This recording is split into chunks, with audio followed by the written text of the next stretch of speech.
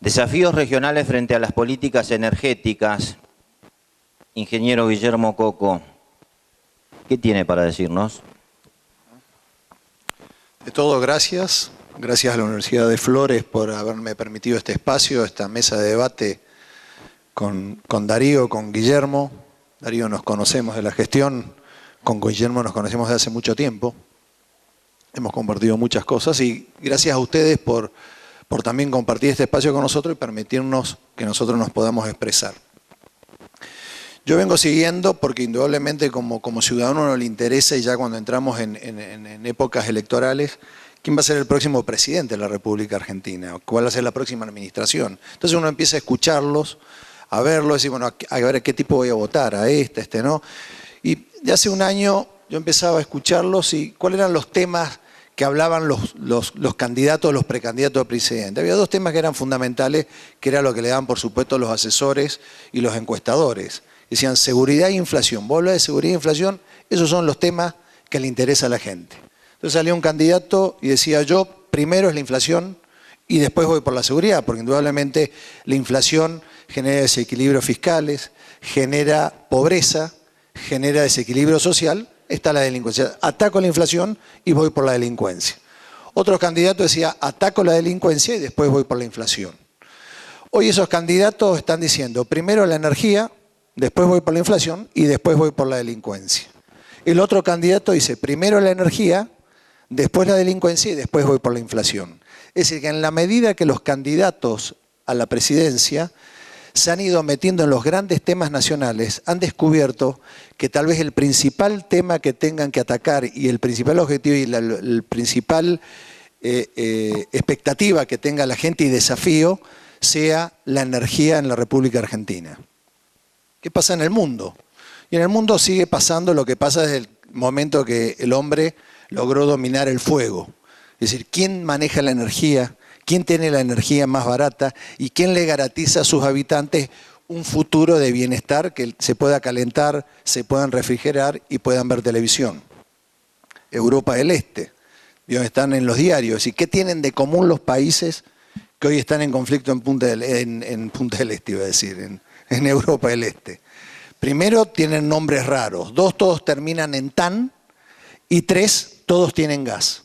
Las principales reservas de gas que va a la Europa central salen de esos países. Es decir, que no solamente hay problemas étnicos, hay problemas de independencia, sino también quién domina esas reservas y esos recursos de gas que hoy alimentan Europa y a un valor que ronda los 9 euros.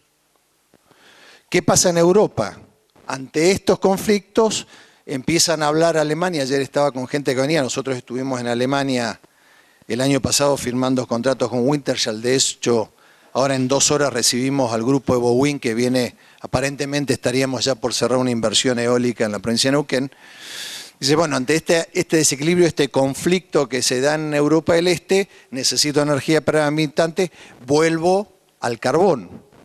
Es decir, para que tengan una idea, ustedes, Alemania, un país chiquitito, que es más chico que provincia de Buenos Aires, en energía eólica, la mencionaba Guillermo, tienen 24.000 megavatios instalados. Es decir, lo que nosotros tenemos de potencia instalada en el país, Alemania lo tiene con energía eólica renovable, por supuesto, con un fuerte subsidio desde la parte del gobierno.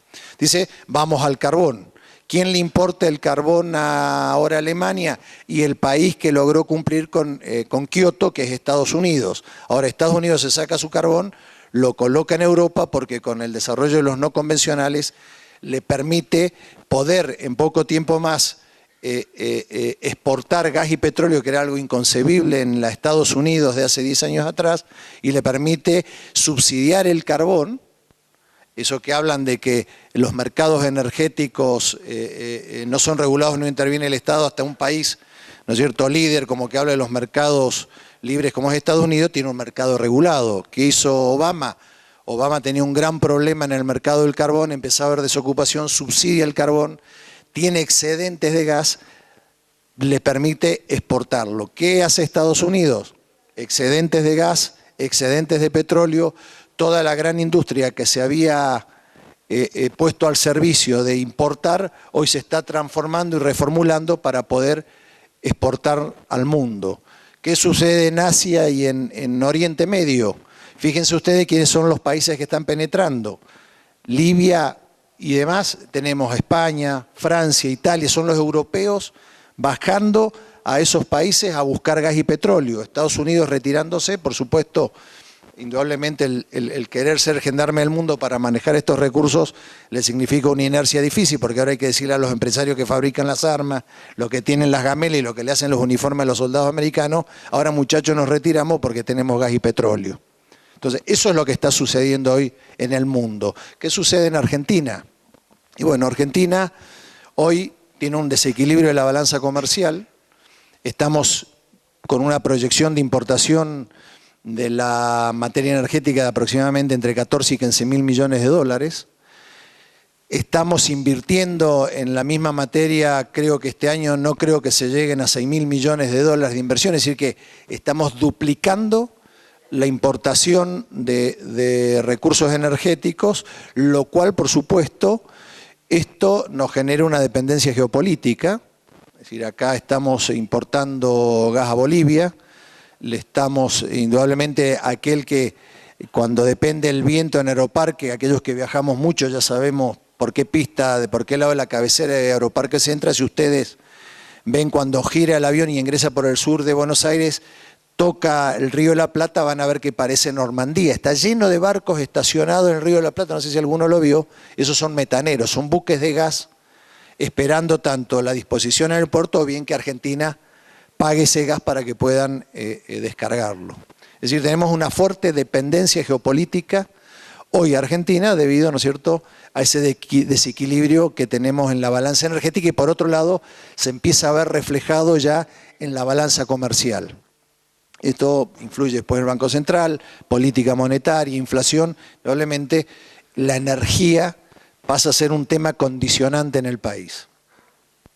Y atrás de eso estamos los estados productores, es decir, está Neuquén, está Río Negro, y por supuesto viene el desafío, es decir, hoy Neuquén, también por supuesto porque también lo tiene Río Negro, lo tiene el sur de Mendoza, pero básicamente Neuquén porque es donde se empiezan los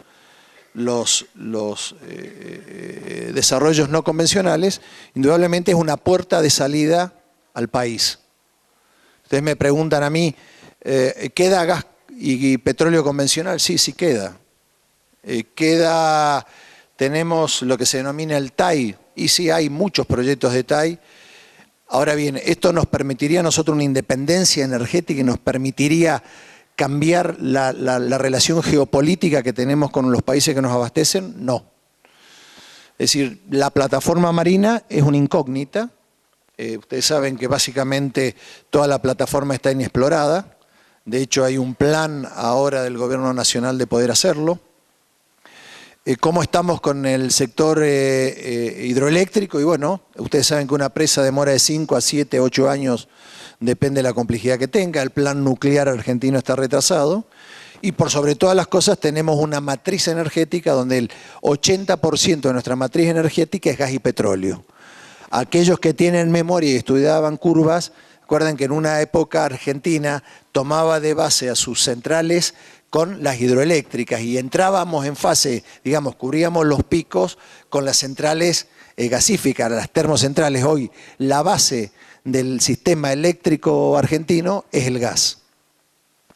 Y bueno, y ahí entran los no convencionales, es decir, los no convencionales son la posibilidad de que Argentina vaya a un camino de autoabastecimiento y una libertad energética. Sí, potencialmente sí. ¿Por qué hablamos potencialmente? Porque estamos hablando de recursos, estamos hablando de una cuenca que no es muy explorada, es una cuenca que tiene no más de 5 años. Ustedes saben, hoy nos posicionan como la segunda calidad de recursos, la cuenca más importante en el mundo y estamos tercera o cuarta posición a nivel petrolera, pero todavía no se ha encontrado lo que denominan los americanos el sweet spot, es decir, dónde están aquellos yacimientos o aquellas áreas donde encontremos la mayor productividad al menor costo posible. Porque en el no convencional, la diferencia que tiene con el convencional es que se habla de que no existe riesgo geológico, porque una vez que uno encuentra la roca, esa roca madre tiene una presión determinada, tiene una temperatura, tiene una maduración, entonces ya sabemos que hay hidrocarburo. El riesgo es un riesgo económico y financiero, es decir, cuánto cuesta ese recurso convertirlo en reserva cuando lo sacamos a la superficie. Entonces, estamos en ese proceso, estamos en un proceso de una curva de aprendizaje que a los Estados Unidos les llevó 10 años. Muy bien. A partir de ahí empieza a generarse la expectativa o el foco de lo que puede significar si estos recursos convencionales, los no convencionales, los transformamos en recursos no convencionales, en reservas, perdón, no convencionales. De poder hacerlo, Argentina tiene la gran posibilidad, no digo de que a mediano plazo podamos exportar, pero sí podemos ser un país autosuficiente desde el punto de vista energético. Y lograr quebrar esa dicotomía de lo que significa un país con energía, un país energético. Argentina no es un país energético, es un país que tiene posibilidades de tener energía, tiene posibilidad de tener petróleo, tiene posibilidad de tener gas. A partir de eso, tenemos, ¿no es cierto?, el gran desafío del gobierno nacional o de las administraciones nacionales. Y yo esto hablo del gobierno nacional porque hablo de un gobierno, hablemos de un gobierno federal, es decir, acá no tomemos quién gobierna o no gobierna, sino cuál es la participación y cuál es el desafío que tienen los gobiernos federales y los gobiernos provinciales, productores de petróleo. Si yo quisiera llevarlo a esto a algo similar, podríamos ir a Canadá en la década del 90, cuando comienzan los desarrollos de lo que se denominan los crudos pesados. Es decir, son aquellos crudos en los cuales está el petróleo con la arena, se hacen descubrir, aparecen las tecnologías en Canadá en la década del 90 y empiezan los grandes desarrollos de los yacimientos. Entonces, el gran debate, ¿quién es el dueño del recurso? El gobierno federal canadiense se había olvidado de esos estados, aparecen esos recursos, entonces la gran pelea o es del Estado federal, es de los estados provinciales.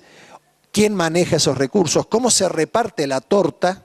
Lo que los canadienses llaman el take government. Es decir, ¿cómo es la torta? A ver, ¿cuánta plata hay acá cuando saco la riqueza? ¿Cómo la reparto? ¿Cómo se insertan los estados productores en un estado federal? ¿Es justo que tengamos una isla? ¿Es justo que tengamos un Dubái y el resto de las provincias? ¿No es cierto que hay provincias que se transforman en dormitorio, otras provincias proveen mano de obra? ¿Haya una disociación social y económica? Es decir, ese fue el gran debate de la Canadá de los 90 y el gran debate que estamos viendo hoy en Argentina. Debate el cual nosotros decimos que como provincia de Neuquén estamos dispuestos a darlo, lo que sí, por supuesto, estamos viendo que el primer debate que se nos presenta es una transferencia de la renta pública a la renta privada, porque acá no estamos debatiendo cuánto queda en el gobierno federal y cómo se puede repartir aquellas provincias y cuánto en las productoras. De hecho, ya ese take government ya lo tenemos. ¿Cómo lo tenemos? Muy simple. Ustedes saben que la pata de los derechos mineros está en nuestras provincias, la pata fiscal en el gobierno federal. Hoy el gobierno federal nos impone los precios de gas, tenemos un mercado semiregulado en petróleo y esto significa que nosotros le hemos dado a la República en los últimos 6 años 7.000 millones de dólares de coparticipar al tener un subsidio en los valores de boca de pozo. ¿Qué pasaría si estuviéramos a precios internacionales? Y bueno, hoy Neuquén tendría regalías tal vez por 4.000 o 5.000 millones de dólares. ¿Es justo que Neuquén tenga regalías por 4.000 o 5.000 millones de dólares? No es justo, porque posiblemente la provincia de Neuquén necesitaría mucho menos que esos 4.000, 5.000 millones de dólares para dar bienestar a nuestra gente, poder tener la infraestructura y después un tema importantísimo, fue importante que Darío abría el debate, Darío con el impacto social, ahora voy a hablar un poquito de eso, porque no es justo tener una provincia rica, no sería justo que por ejemplo Río Negro, no obstante que dentro de su matriz que es más diversificada tiene el petróleo, pero que sea el dormitorio de Neuquén, porque la gente viviría acá, se tendría que alimentar, vestir y demás, y va a trabajar y a generar riqueza en Neuquén. O sea que es justo también que todos los estados de alguna manera reciban ese beneficio ganancial que es lo que se denomina la extrarrenta. Ahora, tampoco es justo que directamente las provincias, aquellas que tenemos la suerte de haber nacido y vivido donde hay recursos naturales, tengamos que vivir ¿no es cierto? Peor de lo que vivimos porque tenemos la suerte de tener esos recursos. Es decir, ¿y por qué digo esto? Hoy, ¿cómo se reparte la coparticipación federal? Un 70-30, 70% el gobierno federal, 30% se llevan los estados provinciales. Por otro lado, nosotros, por tener la suerte de tener recursos naturales, somos las provincias que menos coparticipación nos llevamos. Creo que estamos alrededor del 2%, no sé si llegamos, Titina Ruiz, que está allá nuestra contadora general, nos puede decir, pero estamos alrededor del 2%, creo, de la torta general. ¿Por qué? Porque tenemos recursos naturales. Y ahora nos imponen que por tener estos recursos naturales, esta torta que tenemos, esta renta que tenemos, nos piden que la achiquemos. Nos piden que bajemos ingresos brutos, nos piden que saquemos sellos, que demos la posibilidad de bajar nuestras regalías, que no cobremos el valor de la tasa de oportunidad de los commodities, de los recursos en el subsuelo, donde en todo el mundo se cobra. Este paradigma lo rompimos con la administración nuestra en el 2008 cuando creamos la 2615 y dijimos, señores, el valor de los recursos en el subsuelo y sobre todo cuando son renovables se paga, pues se paga en el resto del mundo. Porque usted no lo va a pagar acá en Argentina.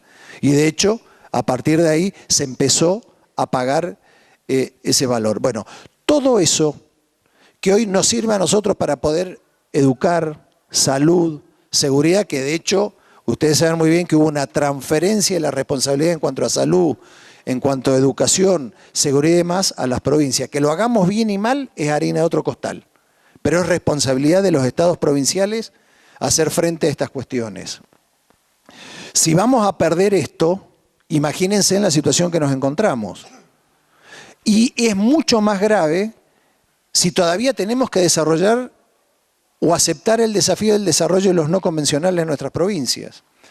Yo estuve hace 15 días en Washington invitado con el Banco Mundial para poder mostrar, ustedes saben que directamente hemos trascendido la provincia, se ha trascendido y también directamente nos invitan a foros internacionales. Y en esa conferencia no se trataba, eran temas técnicos, geológicos, sino que era cuáles eran los impactos sociales que se producían en los estados donde habían desarrollos masivos de energías no convencionales.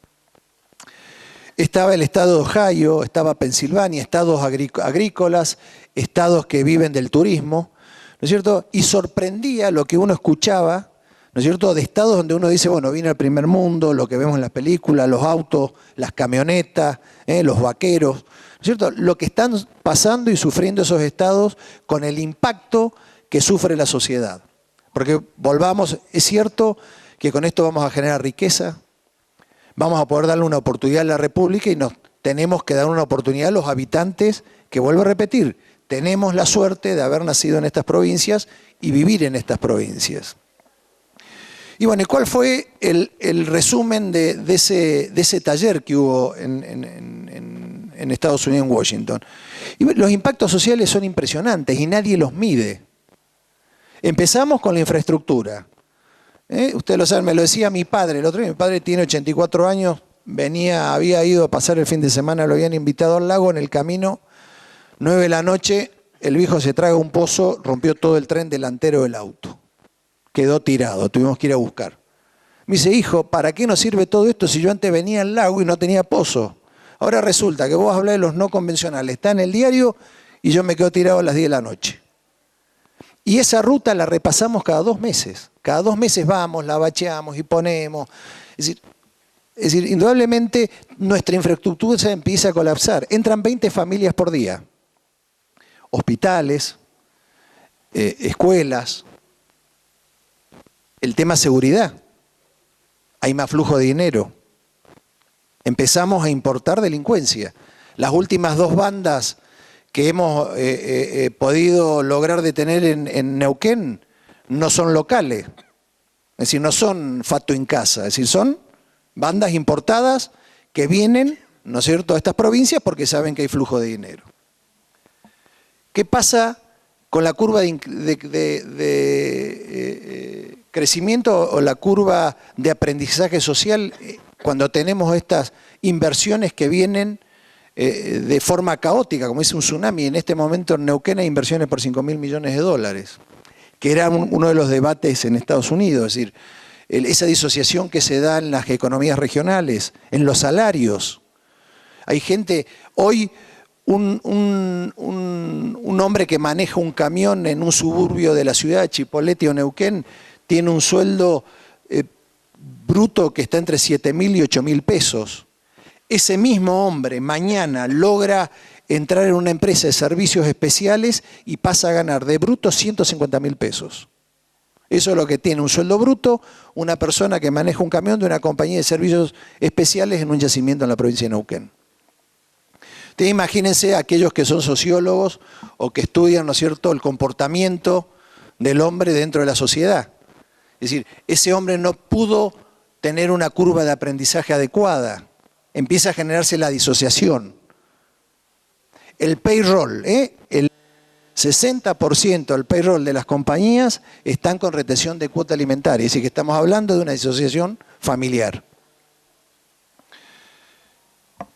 Y así podría seguir enumerando cosas. Ustedes dicen, y tiene que estar el Estado presente. A esto hay que armar planes de contención, planes de educación. Ahora, para estar un Estado presente necesitamos recursos. Yo escuchaba atentamente a Darío y Darío dice, estamos trabajando, ¿no es cierto?, para ordenar el pueblo. Yo sé lo que es Añelo. Yo no quisiera estar en los zapatos de Darío, pero ni loco. Ya de hecho ser intendente, como digo yo, aquellos que hemos aprendido a transitar la política, es trinchera pura. Y más en esos pueblos, porque lo conoce la vecina, lo paran en la calle. No pueden ni ir a la panadería, ¿no es así, Darío? No salí de tu casa. Ustedes, ¿es así? 3 horas. Por eso. Entonces, tiene que estar... Y yo lo escuchaba a Darío que decía, bueno, y estamos organizando y está la Fundación YPF trabajando con nosotros. Y a mí me espanta. No porque sea YPF más, me espanta la falta de presencia del Estado. Es el Estado el que tiene que estar presente, no la fundación de una compañía. Eso es lo que los Estados, es el gran desafío de las próximas administraciones. Es decir, ¿de qué manera está el Estado presente? Nosotros tenemos que estar siempre un paso adelante de los problemas que vamos a tener. Porque ya digo, esto hay mucho beneficio. Y ustedes dirán, tipo ministro de Energía hablando de estos temas. Pero hablo de estos temas, pues son los temas que van a venir. ¿Y de qué sirve tener un Ministerio de Energía, o de qué sirve tener regalías, o de qué sirve poder hacer una ruta, si es que lo podremos hacer, si tenemos estos problemas sociales? ¿De qué sirve para nuestros hijos? Los temas ambientales. Es decir, yo he sido un ferviente entusiasta del desarrollo de los no convencionales, pero también paralelamente a esto hemos ido trabajando con la preservación del ambiente. Porque yo vivo en Neuquén. Tomo agua, mis hijos toman agua en la canilla, van a jugar un partido de fútbol y no toman agua mineral, tomamos agua, nos bañamos, salimos y vamos a pescar. ¿Quién no le gusta ir a pescar? ¿Quién no va a comer una asado? Porque vivimos en Neuquén. Como yo dije en un artículo, me criticó, yo no tomo un avión a la mañana como toman algunos y a la noche vuelven a tomar ese avión y ni siquiera pernoctan en nuestras ciudades. ¿Quién sabe los problemas que tenemos los neuquinos o que tienen los rionegros? Solamente lo sabemos nosotros. Y ahí las políticas de Estado. Y es la gran lucha que tenemos como filosofía. La política de Estado, mal o bien, la hacen los hombres de Estado. No las hacen ni los empresarios, no las hacen ni los líderes sindicales. Y esto, tomo líderes sindicales, no quiero hablar, no estoy hablando de Guillermo Pereira. Guillermo Pereira está haciendo política. Después va a tener que elegir o ser secretario general o ser político. Pero digamos, esto hago un paréntesis porque siempre me mezclan con Guillermo Pereira. Pero básicamente, ¿qué quiero decir con esto? Las políticas las hacen los hombres de Estado, mal o bien. Después son ustedes los que eligen esos hombres de Estado. Como yo digo, ¿cuál es la diferencia de una corporación? Yo trabajé muchísimos años en corporaciones. Entre una corporación y el Estado. Los dos somos corporaciones. Solamente que una tiene un bien ganancial que es la plata, el bien ganancial de los políticos son los votos. Y los votos se logran, ese es el beneficio de nuestra corporación, en función de las políticas de Estado que llevamos. Si nosotros dejamos que las compañías sean los que nos marquen las políticas de Estado, los que nos escriban los borradores de las leyes, y les digan a nuestros intendentes o les digan a nuestros gobernantes lo que hay que hacer, estamos mal. Y vamos mal. Y no vamos a tener un buen final. Entonces, por eso digo, esto no es la panacea. Tenemos una oportunidad grandísima Argentina y tiene una oportunidad muy grande los estados, pero tenemos que ser lo suficientemente inteligentes para que esto se transfiera en un bienestar para todos los habitantes de la República. Si va a ser para el resto de los habitantes de la República, que lo sea también para los habitantes de los estados productores. Y si este beneficio va a ser para los habitantes de los estados productores, que sea para la República. Nosotros no estamos en desacuerdo en compartir. Ayer hablaba con me invitó a tomar un café en Buenos Aires un precandidato, o ya es un candidato, y me decía, bueno, pero ¿cuál es la posición de Neuquén? Le digo, mire, la posición de Neuquén es muy simple. Primero, no repartir lo que todavía no tenemos. Y segundo, nosotros no estamos en oposición a la renta no repartirla. Por supuesto que sí, es decir, esa extrarrenta debe ser de la República, pero es las provincias productoras las que deben transferir la renta a la República y la República es la que tiene que repartir esa riqueza en el resto de los habitantes.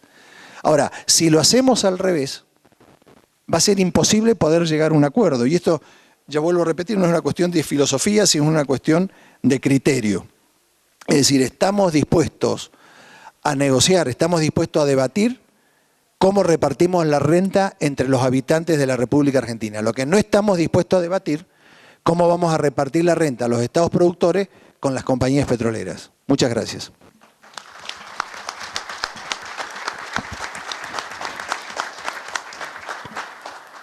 Muy bien.